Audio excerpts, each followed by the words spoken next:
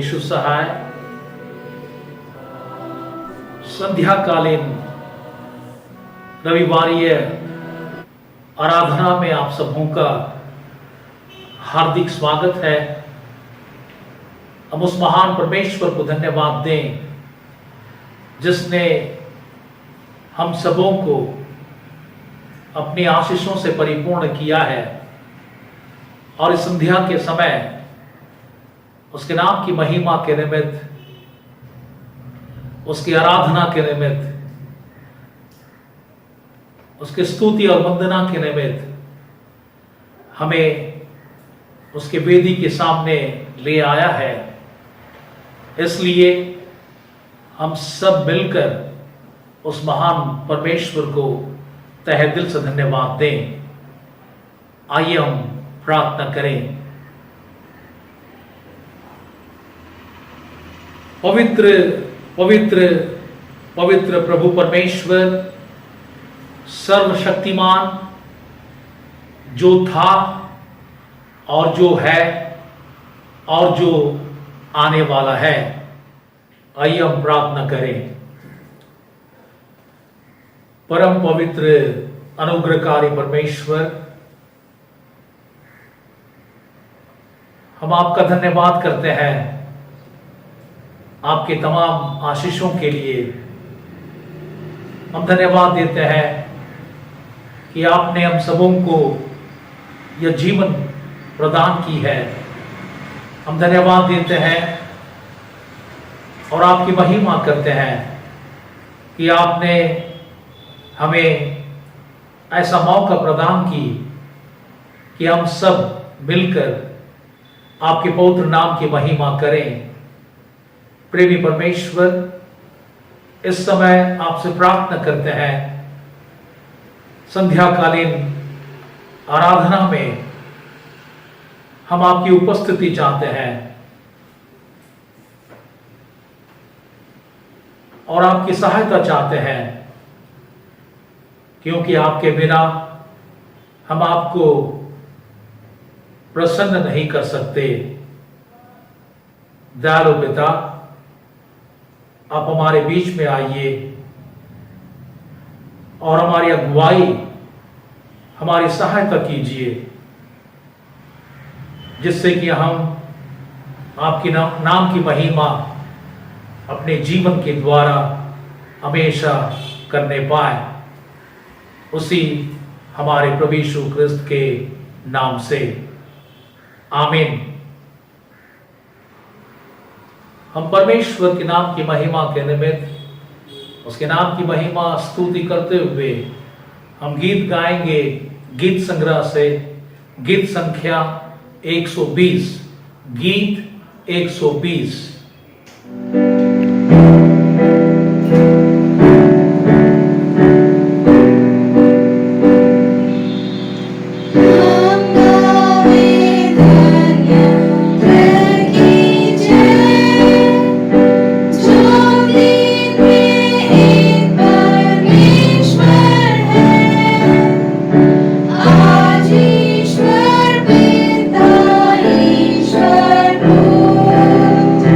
Oh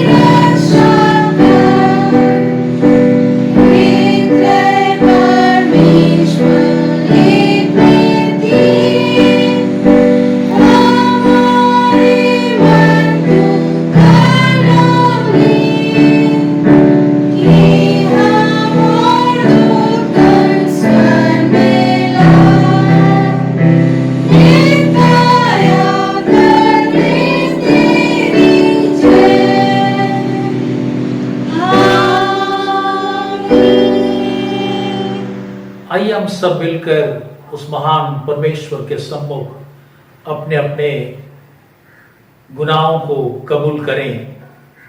हम प्रार्थना करें। मैं अब उठकर अपने पिता के पास जाऊंगा और उससे कहूंगा कि पिताजी, मैंने स्वर्ग के विरोध में और तेरी दृष्टि में पाप किया है। अब इस योग्य नहीं रहा कि तेरा पुत्र कहलाऊं। यदि हम कहें कि हम में कुछ भी पाप नहीं,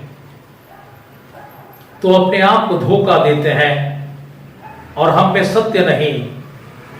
यदि हम अपने पापों को मान लें, तो वह हमारे पापों को क्षमा करने और हमें सब अधर्म से शुद्ध करने में विश्वास योग्य और धर्मी है।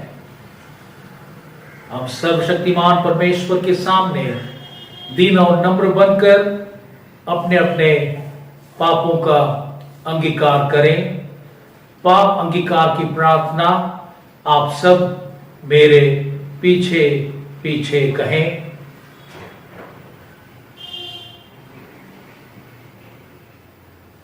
हे अत्यंत दयालु परमेश्वर, हम मानते हैं कि हमने मन, वचन और कर्म से आपके विरुद्ध पाप किया है। हमने अपने संपूर्ण मन से आपसे प्रेम नहीं किया। हमने अपने पड़ोसी से अपने समान प्रेम नहीं किया। हे दयावान परमेश्वर, हम प्रार्थना करते हैं कि अतीत में किए गए हमारे पापों को क्षमा कर वर्तमान में हमारे आचरण में सुधार कर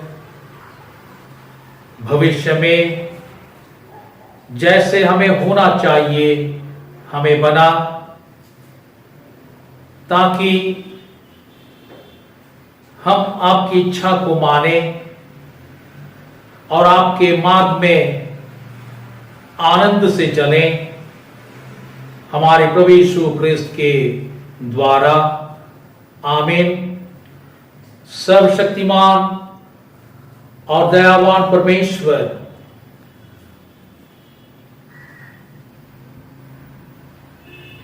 आप सबके पापों को क्षमा करें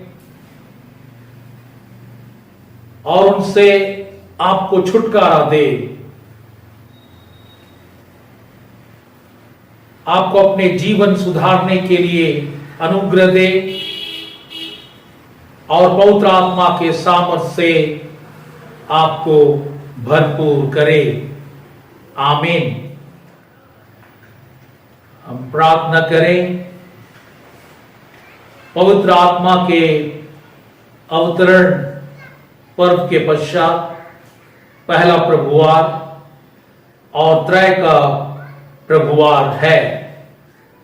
हम प्रार्थना करें। हे सर्वशक्तिमान पिता, आपने अपने सनातन पुत्र के देह धारण और पवित्र आत्मा को भेजने के द्वारा अपने स्वर्गिक जीवन के अद्भुत रहस्य को प्रकट किया। हम नम्रता से प्रार्थना करते हैं कि आप हमें इसी विश्वास में स्थिर रखें और यह वर दें कि अंत में हम आपके अनंत महिमा का दर्शन प्राप्त करें। हमारे प्रभु यीशु ख्रिस्त के द्वारा, जो आपके और पवित्र आत्मा के साथ एक परमेश्वर अब और सदा जीता और राज्य करते हैं। आमीन। इस समय पवित्र शास्त्र से हम पाठ सुनेंगे। मरकुस रचित सुसमाचार 1 अध्याय इसका 7 से 13 पद तक। मरकुस 1 इसका 7 से 13 पद तक। यूहन्ना यह प्रचार करता था, मेरे बाद वह आने वाला है जो मुझसे शक्तिमान है, मैं ऐसे योग्य नहीं कि झुककर उसके जूतों का बांध खोलूं। मैंने तो तुम्हें जल से बपतिस्मा लिया है, पर वह तुम्हें पवित्र आत्मा से बपतिस्मा देगा। उन दिनों में यीशु ने गलील के नासरत से आकर यरदन में यूहन्ना से बपतिस्मा लिया। और जब वह जल से निकलकर ऊपर आया तो तुरंत उसने आकाश को खुलते और आत्मा कबूतर के सामने अपने ऊपर उतरते देखा, और यह आकाशवाणी हुई, तू मेरा प्रिय पुत्र है, तुझसे मैं प्रसन्न हूँ। तब आत्मा ने तुरंत उसको जंगल की ओर भेजा। जंगल में 40 दिन तक शैतान ने उसकी परीक्षा ली, और वह वन पशुओं के साथ रहा, और स्वर्गदूत उसकी सेवा करते रहे। यह परमेश्वर का वचन है। धन्यवाद। हम परमेश्वर का धन्यवाद करें कि आज हमारे बीच में परमेश्वर के प्रिय दास रेवरेंड वीकला बाकला परमेश्वर के जीवित वचनों को हम सबों के बीच में प्रचार करेंगे, परमेश्वर के वचनों से हमें आशीषित करेंगे।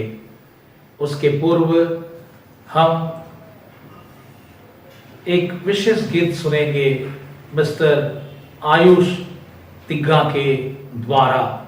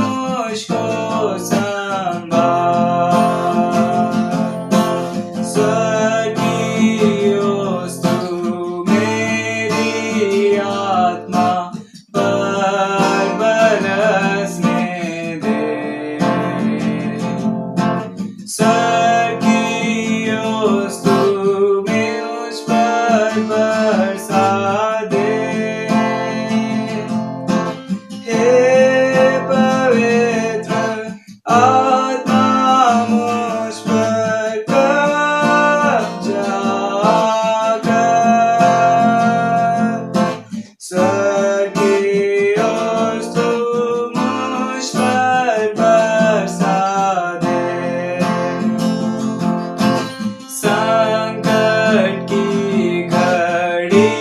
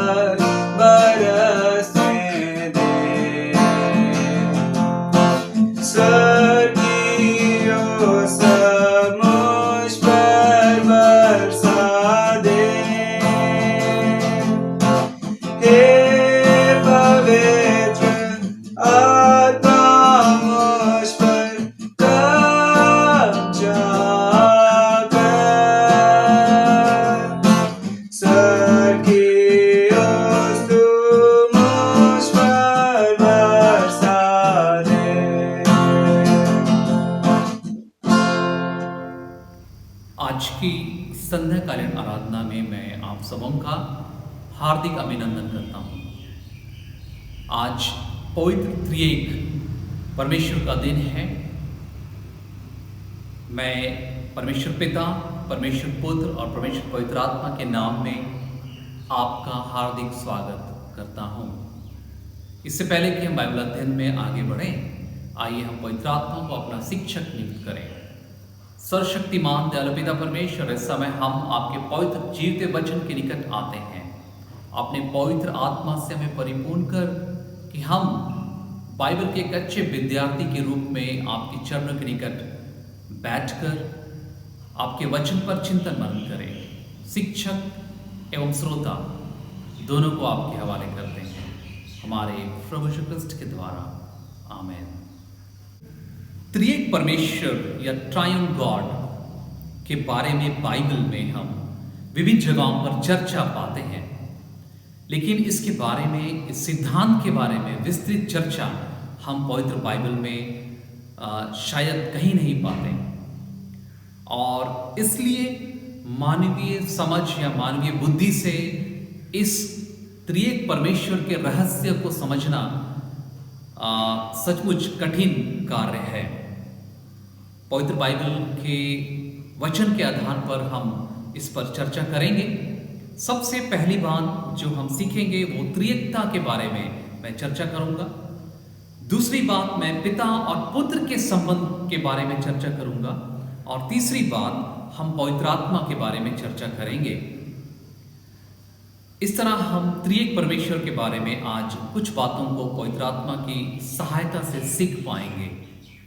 इस त्रिएकता के बारे में यदि हम चर्चा करें और इसके संबंधों को समझने की कोशिश करें तो हमें कुछ मानवीय समझ का सहारा लेना पड़ेगा। और गणितीय समझ के अनुसार यदि हम कहें तो 1 into 1 into 1 equal to 1, अर्थात 1 गुना 1 गुना 1 बराबर 1। इसका कहने का मतलब है कि पिता, पुत्र और पवित्र आत्मा के तीनों के व्यक्तित्व अलग अलग हैं, लेकिन ये तीनों आपस में एक हो जाते हैं। ये अपने आप अपने अपने स्तर पर अपने अस्तित्व को रखते हैं, लेकिन ये एक हैं, ऐसा हम कह सकते हैं। और फिर यदि हम और ज़्यादा इसे समझने की कोशिश करें तो सबसे अच्छा उदाहरण जो मैं अपने जीवन में समझ पाया और वो है पानी का उदाहरण। पानी का जो रासायनिक सूत्र है वो है H2O। हाइड्रोजन के 2 परमाणु और ऑक्सीजन के 1 परमाणु मिलकर जल का निर्माण करते हैं। और जल को हम 3 अलग अलग स्वरूपों में पाते हैं, ठोस, द्रव्य और गैस। पानी ठोस रूप में, बर्फ के रूप में इस्तेमाल होता है, द्रव्य जल के रूप में, और गैस जब वो वाष्प बन जाता है तब। ये तीनों की संरचना लेकिन एक ही होती है। ये अलग अलग तरीके में होते हैं, लेकिन इनकी संरचना एक होती है। इन तीनों की जो संरचना है, उस संरचना में जो मूल तत्व है वो एक ही है। ठोस, द्रव्य और गैस का जो रासायनिक सूत्र है जल का, वो है H2O। और ये तीनों परिस्थितियों में एक ही प्रकार से रहता है। कहने का मेरा मतलब ये है कि इनका जो मूल तत्व है वो है H2O, हाइड्रोजन के 2 परमाणु और ऑक्सीजन के 1 परमाणु। लेकिन ये अलग अलग संरचना में हमें उपलब्ध हैं, ठोस, द्रव्य और गैस। मेरे प्रियो, जब हम त्रिएकता के बारे में बात करते हैं तो हम पिता, पुत्र और पवित्र आत्मा के बारे में बात करते हैं। लेकिन हम नीकिया के विश्वास वचन में ये स्वीकार करते हैं कि उनका तत्व एक है, वो एक ही तत्व से बने हैं। पवित्र बाइबल हमें इन अलग अलग व्यक्तित्व के अलग अलग कार्यों के बारे में भी चर्चा करता है। जैसे कि हम जल को ठोस रूप में अलग तरीके से व्यवहार करते हैं, जल को द्रव्य रूप में अलग तरीके से व्यवहार करते हैं, और जल को गैस के रूप में अलग तरीके से व्यवहार करते हैं।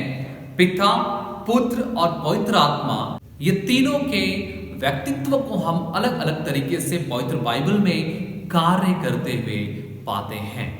और ये बड़ी अद्भुत है इस बात को देखना।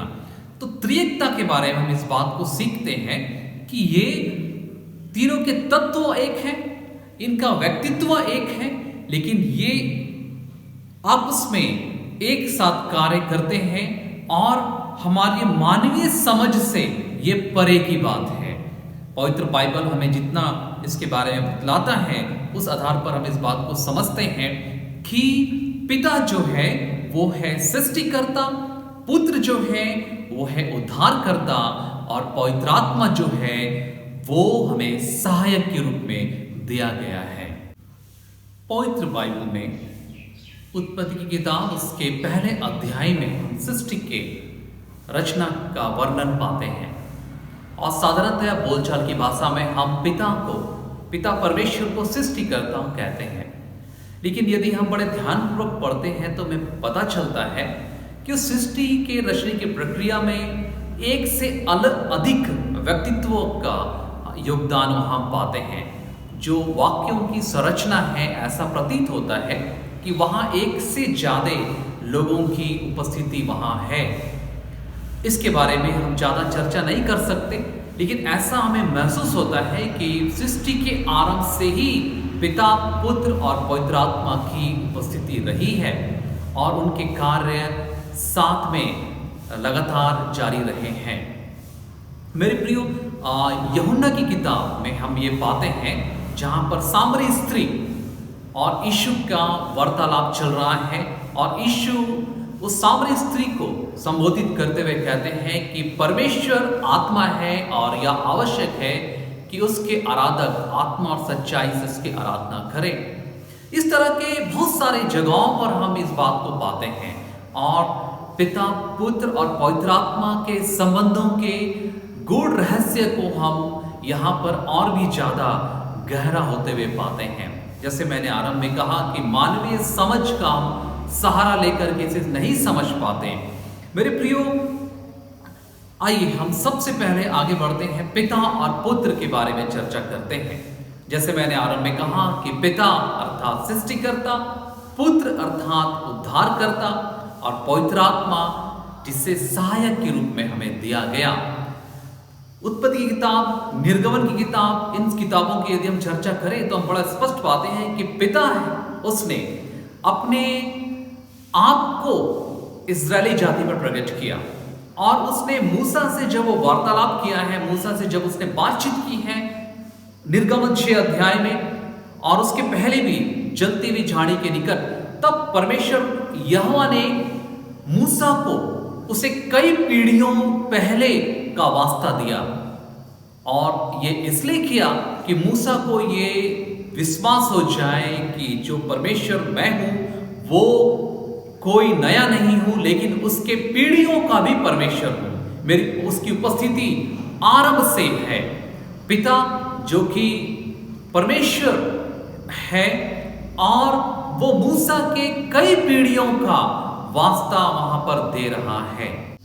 पिता के बारे में जब हम चर्चा करते हैं तो हम पवित्र बाइबल हमें स्मरण दिलाता है, वचन हमें बतलाता है कि परमेश्वर ने आरंभ से ही मानवीय जीवन में अलग अलग माध्यमों के द्वारा हस्तक्षेप किया है। और वचन कहता है आदि में परमेश्वर ने भविष्यवक्ताओं के द्वारा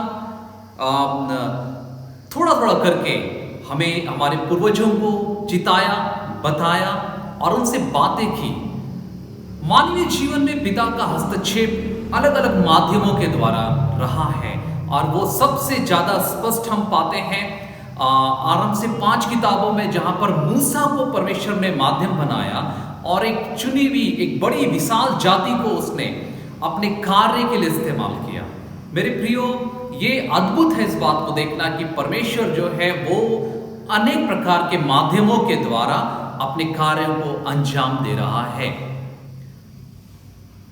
यूहन्ना 3 अध्याय 16 पद, जो कि पिता के सबसे बड़े एक हस्तक्षेप का हम वहां एक जिक्र पाते हैं, जहां पर लिखता है परमेश्वर ने जगत से ऐसा प्रेम किया कि उसने अपना इकलौता पुत्र दे दिया कि जो कोई उस पर विश्वास करे वह नाश ना हो परंतु अनंत जीवन पाए। परमेश्वर पिता ने अपने पुत्र के माध्यम से मानवीय स्वभाव में, मानवीय जीवन में एक बड़ा हस्तक्षेप किया। उसने अपने इकलौते पुत्र को इस धरती पर भेज दिया कि वो अपने पुत्र के द्वारा पतित मानव जीवन को उद्धार के रास्ते पर ला सके, उद्धार का कार्य पूरा कर सके। और इस कार्य के लिए उसने अपने पुत्र को इस्तेमाल किया। और ये मानवीय जीवन में पिता की सबसे बड़े हस्तक्षेप की घटना को हम यहाँ पाते हैं। पिता और पुत्र के संबंध को हम यहाँ और भी ज्यादा स्पष्ट रूप में पाते हैं। मेरे प्रियो, आज का जो सुसमाचार पढ़ा गया मरकुस रचित सुसमाचार उसके पहला अध्याय उसके 7 से लेकर के 13 पद में हम पाते हैं कि यीशु के बपतिस्मा के बारे में हम यहाँ चर्चा पाते हैं। यीशु के बपतिस्मा के बारे में मैं आपको कुछ बातों को स्पष्ट कर दूं। यूहन्ना बपतिस्मा देने वाला पश्चाताप के लिए लोगों को उभारता था और मन फिराव का बपतिस्मा देता था। तो क्या यीशु पापी थे? ऐसी बात नहीं है। लेकिन यीशु ख्रिस्ट यहाँ ये स्पष्ट करते हैं कि यूहन्ना को वो कहते हैं कि जैसा चला आ रहा है, जो परंपरा की बात है उसे होने दीजिए। और हम यहाँ पर ये भी पाते हैं कि वहां से यीशु की सेवकाई का आरंभ होता है।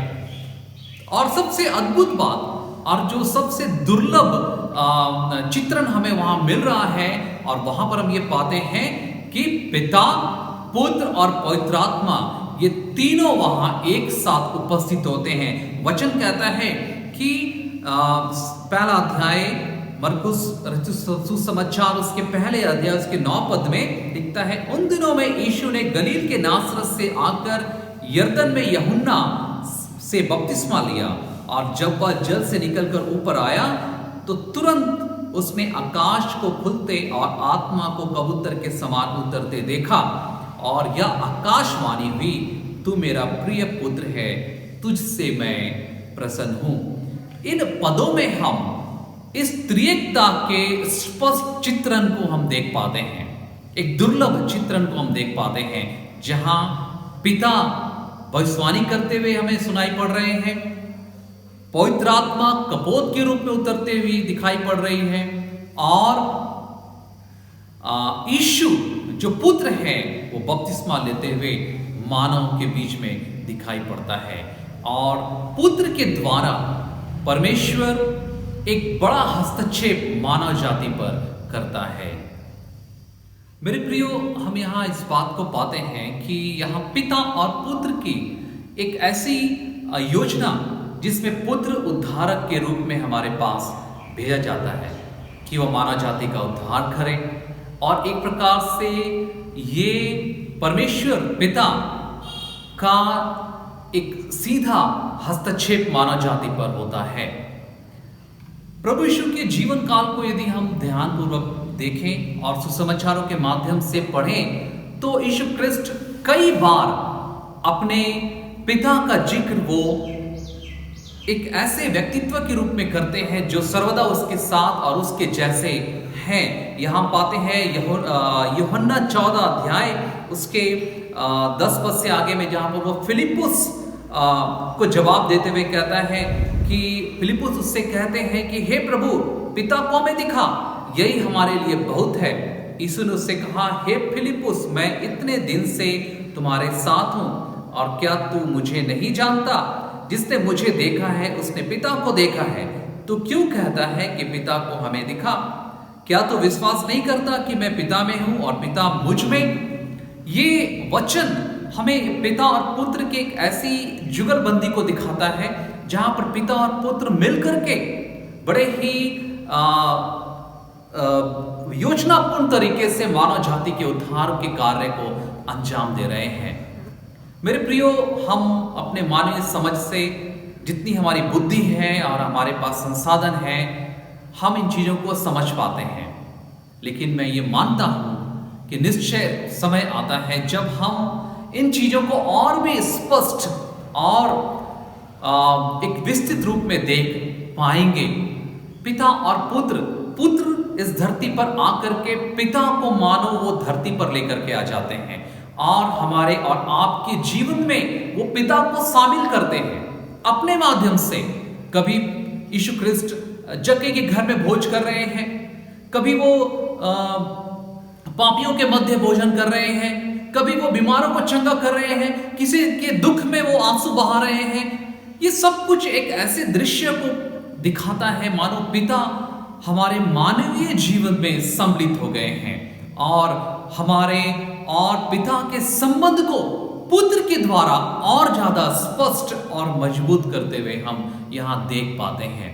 मेरे प्रियो, पिता और पुत्र के बीच के संबंध को हम यहां बड़े स्पष्ट रूप से देख पा रहे हैं। या हम यूं कहें कि पुत्र के माध्यम से हमने पिता को इस धरती पर हमारे मानवीय जीवन में चलते फिरते और दखल देते हुए देखा है। हमने पुत्र के जरिए पिता के प्रेम को महसूस किया है। जैसे यूहन्ना 3:16 में यह वचन कहता है कि परमेश्वर ने जगत से ऐसा प्रेम किया, उसने उसके प्रेम को हम पुत्र के रूप में पाते हैं और हम ये देख पाते हैं कि हमारा परमेश्वर पिता कितना प्रेमी पिता है।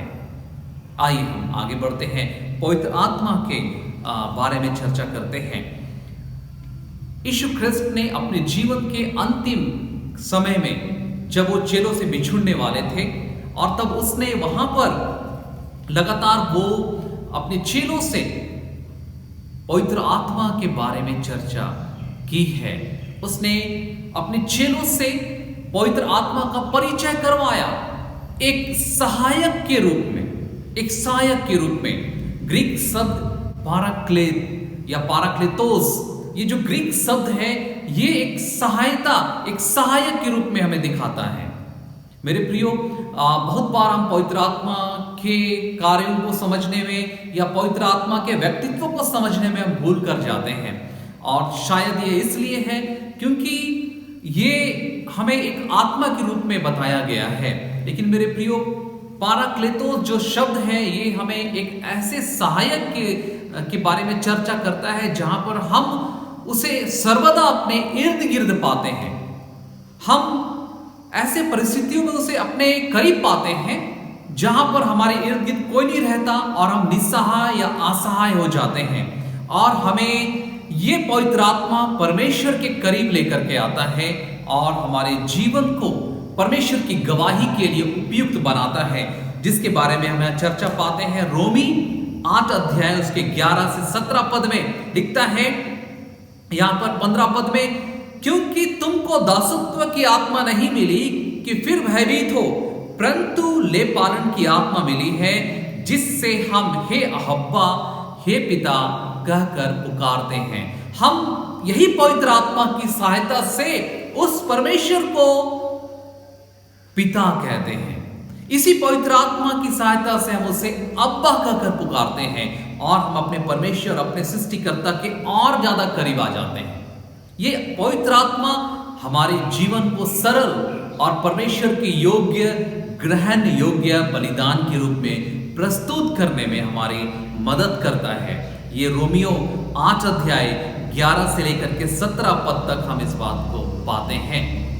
मेरे प्रियो, त्रिएक परमेश्वर के बारे में हम चर्चा करेंगे। हम इस बात को सर्वदा अपने दिमाग में रखें, अपने मन में रखें कि इस संबंध को समझने में हम अपने मानवीय समझ का सहारा लेते हैं और बहुधा हम इससे चूकते भी हैं। ये अवश्य है कि हम जब त्रिएकता के बारे में बात करें तो हम बड़े प्रार्थना पूर्वक इस पर चर्चा करें और इस त्रिएकता के सिद्धांत को हम परमेश्वर से समझने के लिए बुद्धि की मांग करें और निश्चय समय की पूर्णता पर परमेश्वर हमें जो अब तक धुंधला है इसे स्पष्ट रूप में हमें बताएगा। आज जब हम इस त्रिएकता के बारे में चर्चा करते हैं, हम इसे अपने जीवन में इस तरह इस्तेमाल कर सकते हैं जैसे पिता को पुत्र ने हमारे सामने प्रस्तुत किया और उसी पुत्र ने हमें उस पिता के करीब इसी पवित्र आत्मा के द्वारा वो लेकर के आते हैं। मेरे प्रियो, हम अपने पिता के रचे हुए हैं, वो हमारा सृष्टि करता है। और उत्पत्ति की किताब में हम पाते हैं कि हमारे आदि माता पिता ने पाप के कारण, उनके पाप के कारण हम उनसे, अपने पिता से बिछुड़ गए, और तब हम पुत्र के माध्यम से पुनः एक मौका पाते हैं जहां पर पिता अपने पुत्र को फंसा के मेमने के रूप में हमारे सामने प्रस्तुत करते हैं, और हम उद्धार पाते हैं। और इस उद्धार के जीवन में आगे बढ़ने के लिए, गवाही देने के लिए हमें पवित्र आत्मा वो देते हैं। इससे पहले कि मैं अपने आज के वक्तव्य को समाप्त करूं, मैं फिर से आपको स्मरण दिला दूं कि त्रिएकता का सिद्धांत, जो ट्रायन गॉड का सिद्धांत है, ये इसके निकट हम जब खड़े होते हैं और इसके समझने के लिए जब अपने हम बुद्धि का इस्तेमाल करते हैं, तो मानो हम एक छोटे बालक के समान होते हैं जो एक विशाल समुद्र के किनारे खड़ा है। मेरे प्रियो, हम समुद्र की विशालता को देख सकते हैं, लेकिन उसकी गहराई को मापने की क्षमता हम में नहीं होती है। हम इस त्रिएकता के पिता, पुत्र और पवित्र आत्मा के कार्यों को हम देख पाते हैं, लेकिन इनकी गूढ़ रहस्यों को हम समझ नहीं पाते हैं। हम इसमें ना उलझें।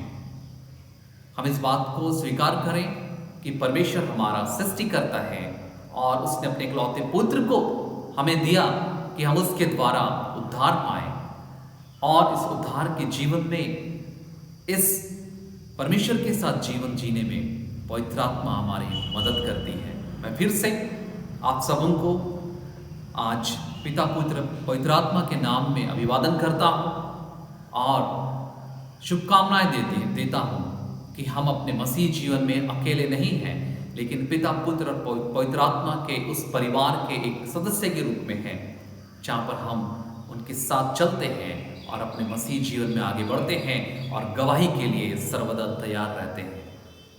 आइए हम प्रार्थना करें। सर्वशक्तिमान दयालु पिता परमेश्वर, हम प्रार्थना करते हैं इस पिता, पुत्र, पवित्र आत्मा के सुंदर उपहार के लिए, और निश्चय पिता हमें वर दीजिए कि हम इस पिता, पुत्र, पवित्र आत्मा के सिद्धांत को, जो हमें आपने दिया है, हम समझ पाएं और अपनी ईश्वरी बुद्धि से परिपूर्ण कर कि हम आपकी आत्मा में भर करके आपको पिता कहकर पुकारने के हकदार और वारिस बन सकें, हमारे प्रभु क्रिस्ट के द्वारा। आमीन। हम सब खड़े होकर प्रेरितों का विश्वास वचन एक साथ कहें।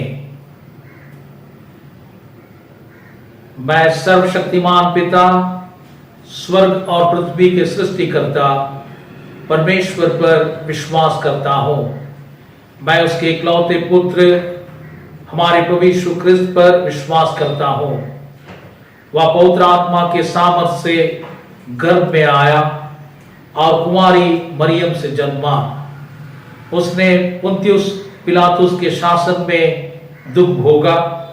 वह क्रूस पर चढ़ाया गया, मरा और गाड़ा गया और मृतकों के लोक में उतरा। तीसरे दिन वह जी उठा। वह स्वर्ग पर चढ़ गया और पिता की दाहिनी ओर विराजमान है। वह जीवितों और मृतकों का न्याय करने को फिर आएगा। मैं पवित्र आत्मा पर, पवित्र कैथोलिक कलीसिया पर, संतों की संगति, पापों की क्षमा, देह के पुनरुत्थान और अनंत जीवन पर विश्वास करता हूं। आमीन। हम इस समय गीत गाएं और इसी गीत के समय हम परमेश्वर के नाम की महिमा के लिए दान अर्पण करेंगे।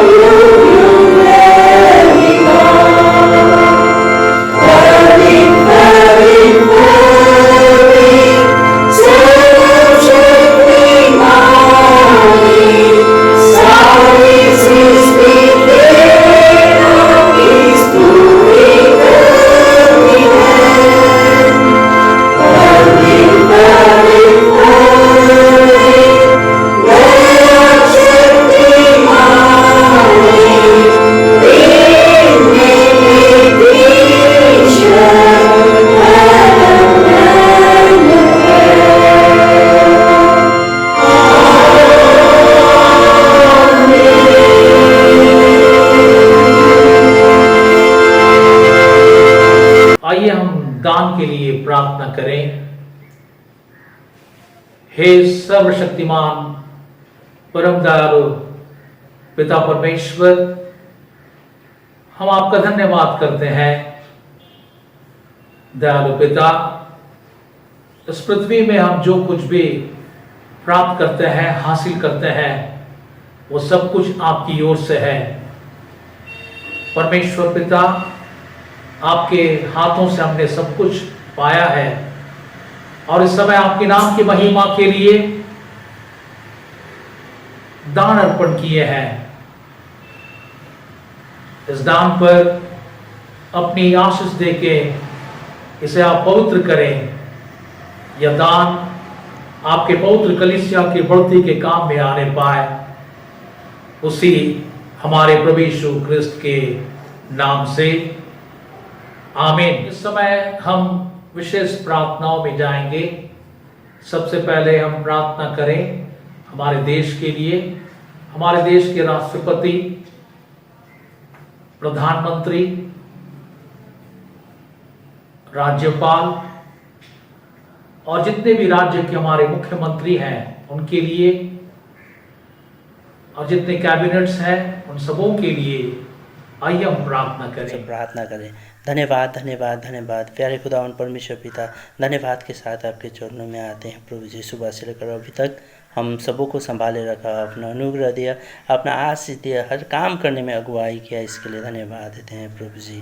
विशेषकर प्रार्थना करना चाहते हैं प्रभु जी इस देश के प्रधानमंत्री के लिए, मुख्यमंत्री के लिए, राज्यपाल के लिए और हर एक प्रशासन में काम करने वाले सभी के लिए प्रार्थना करना चाहते हैं प्रभु जी। दिन रात लोग मेहनत करके प्रभु जी लोगों को प्रभु जी सहायता पहुंचा रहे हैं, मदद कर रहे हैं प्रभु जी, अगुवाई कर रहे हैं, इसके लिए प्रार्थना करना चाहते हैं प्रभु जी। उन्हें प्रभु जी उनके कामों के कारण उन्हें आशीष दे प्रभु जी, और उन्हें प्रभु जी अपने स्वर्गीय ज्ञान बुद्धि से परिपूर्ण करें, ताकि आने वाले दिन में प्रभु जी इससे भी अच्छी प्रकार से प्रभु जी लोगों का मदद कर सके, सहायता मदद कर सके, अगुवाई कर सके।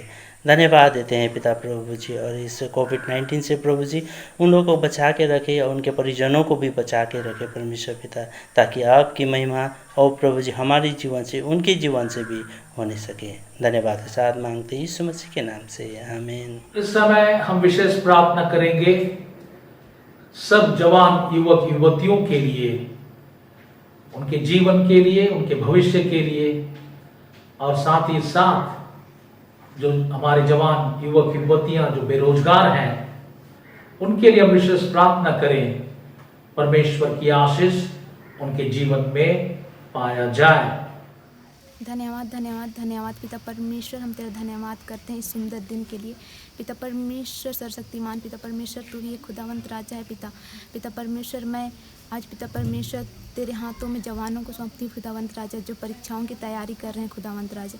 उन्हें कभी निराश मत होने दे पिता परमेश्वर। तेरा वचन कहता है पिता परमेश्वर, तू अपनी समझ का सहारा ना लेना, परंतु संपूर्ण मन से यहोवा परमेश्वर पर विश्वास करना। हाँ पिता परमेश्वर, इस विश्वास के साथ पिता परमेश्वर सभी जवानों को मैं तेरे हाथों में सौंपती हूँ खुदावंत राजा, ताकि पिता परमेश्वर वे जिस परीक्षाओं की तैयारी कर रहे हैं पिता परमेश्वर उनमें सफलता दे पिता परमेश्वर, ताकि वे जीवन में तेरा धन्यवाद करने वाले होने पाए पिता परमेश्वर, और अपने परिवार की, कलीसिया की और इस देश के पिता परमेश्वर मजबूत खंबे के रूप में खड़े होने वाले होने पाए पिता परमेश्वर। मैं विद्यार्थियों के लिए प्रार्थना करती हूँ पिता परमेश्वर, उन्हें पढ़ने वाला मन दे, बुद्धि दे पिता परमेश्वर, नए ज्ञान नई आत्मा से भर दे पिता परमेश्वर, ताकि वे अपनी परीक्षाओं को अच्छी रीति से पढ़ने वाले होने पाए पिता परमेश्वर। इस संकट की घड़ी में पिता परमेश्वर वे अपनी बुद्धि को खोलकर पिता परमेश्वर ज्ञान की प्राप्ति करने वाले होने पाए और तेरा धन्यवाद करने वाले होने पाए पिता परमेश्वर। अंतिम में पिता परमेश्वर सारी आदर महिमा प्रतिष्ठा और सम्मान तुझे देते हैं, और इस छोटी सी विनती को यीशु मसीह के नाम से मांगते हैं, आमीन। हम इस समय विशेषकर प्रार्थना करें सब बीमार जनों के लिए, जो बीमार हैं, जो दुखित हैं, जो लाचार हैं, जो अपनी बीमारी के कारण से परेशान हैं, विलाप कर रहे हैं। हम ऐसे लोगों के लिए प्रार्थना करें, परमेश्वर की अद्भुत चंगाई उनके जीवन में पाया जाए। विनती करते हैं प्रभु उन सभी लोगों के लिए पिता जो कोरोना या फिर किसी भी प्रकार की बीमारी से पीड़ित हैं प्रभु। हाँ पिता, आपने हमारी रचना किया है प्रभु, आपने हमारे हर एक अंगों को अपने हाथों से बनाया है पिता। आप हमारे शरीर को पिता किसी भी डॉक्टर या किसी भी सर्जन से ज़्यादा अच्छे से जानते हैं प्रभु। विनती करते हैं पिता, इसीलिए प्रभु आप हमारी उन सभी अंगों को छूइए पिता जो किसी भी प्रकार की बीमारी से पिता प्रभावित है। हाँ प्रभु यीशु, आप पिता उन सभी अंगों को छू करके पिता चंगाई प्रदान कीजिए प्रभु। उन सभी लोगों को प्रभु जो किसी भी प्रकार की बीमारी से है प्रभु, चाहे वो मेंटली हो या फिर फिजिकली हो प्रभु यीशु, पिता आप सब कुछ जानते हैं पिता। होने दीजिए प्रभु यीशु कि आप उन सबों को छूइए पिता। होने दीजिए प्रभु यीशु कि आपकी इच्छा के अनुसार प्रभु वो सभी चंगाई प्राप्त करने पाए। हाँ प्रभु, विनती करते हैं उन सभी लोगों के लिए पिता जो ऐसे पीड़ित लोगों की सेवा कर रहे हैं प्रभु। होने दीजिए प्रभु यीशु कि जब वो इन कंटामिनेट जोन में जाते हैं प्रभु यीशु, तो उन्हें किसी प्रकार की बीमारी ना छूने पाए। हाँ प्रभु यीशु, होने दीजिए प्रभु कि वो सभी लोग स्वस्थ रहकर प्रभु औरों की सेवा करने पाए। विनती करते हैं प्रभु यीशु इस समय के लिए प्रभु, ये जो कठिनाई भरे समय चल रहा है पिता, जहाँ सब कुछ खराब चल रहा है प्रभु यीशु, होने दीजिए प्रभु कि जब ये सब अंत होता है प्रभु, तो आपकी ही महिमा और आपकी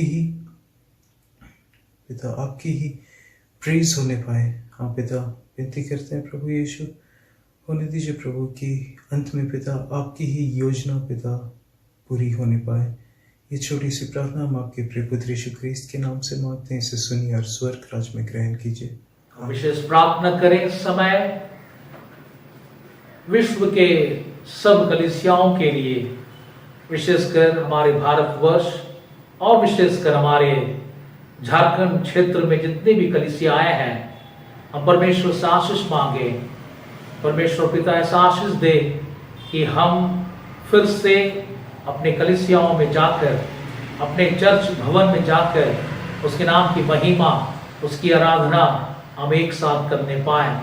और इसलिए उस परमेश्वर से हम विनती करें कि परमेश्वर हम सबों के लिए सारा जो परिस्थिति है वो नॉर्मल कर दे। परमेश्वर पिता, हम आपको धन्यवाद देते हैं परमेश्वर पिता कि इतने समय के इस लॉकडाउन में आप हमारे साथ रहे, हमें संभाले रखे और अपने सुरक्षित हाथों में रखा है परमेश्वर पिता। परमेश्वर पिता, हम आपको धन्यवाद देते हैं इस ऑनलाइन चर्च सर्विस टेक्नोलॉजी के लिए परमेश्वर पिता, कि हम ऑनलाइन चर्च सर्विस कर पा रहे हैं अपने घर पर एक साथ और आपकी स्तुति और महिमा कर पाए। परमेश्वर पिता, हमको धन्यवाद देते हैं कि हमारे जीवन में जो भी होता है वो हमारे अच्छे के लिए होता है परमेश्वर, क्योंकि इसमें आपकी मर्जी होती है परमेश्वर, आपकी इच्छा होती है परमेश्वर। लेकिन परमेश्वर, हम आज मिलकर एक साथ आपसे विनती और प्रार्थना करते परमेश्वर कि ये महामारी कोरोना वायरस जो फैली हुई है उससे जल्द दूर कर हमारे देश से और इस पूरी दुनिया से परमेश्वर, और उन लोगों के लिए प्रार्थना करते परमेश्वर जो बीमार है परमेश्वर, इस बीमारी से उन्हें छू कर चंगा कर परमेश्वर पिता, ताकि ये बीमारी फैलने ना पाए परमेश्वर पिता। और हम फिर से एक साथ मिलकर एक कलीसिया होके आपके मंदिर में आके आपकी स्तुति और महिमा करने पाए, आपकी वचनों को सुनकर और आपके वचनों में एक साथ बढ़ने पाए परमेश्वर पिता। ये परमेश्वर पिता, अंत में हमारी इच्छा नहीं लेकिन आपकी इच्छा पूरी हो परमेश्वर पिता। यह प्रार्थना सुन और ग्रहण कर मांगते परमेश्वर पिता, यह विनती आपके पुत्र यीशु मसीह के नाम से, आमीन। हम प्रार्थना करें। हे परम पवित्र अनुग्रहकारी दीनदयालु पिता, हम आपका धन्यवाद करते हैं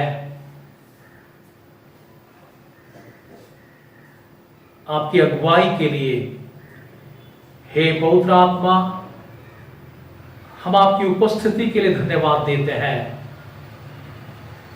आपने हम सबों की अगुवाई की और आपकी अगुवाई को प्राप्त करते हुए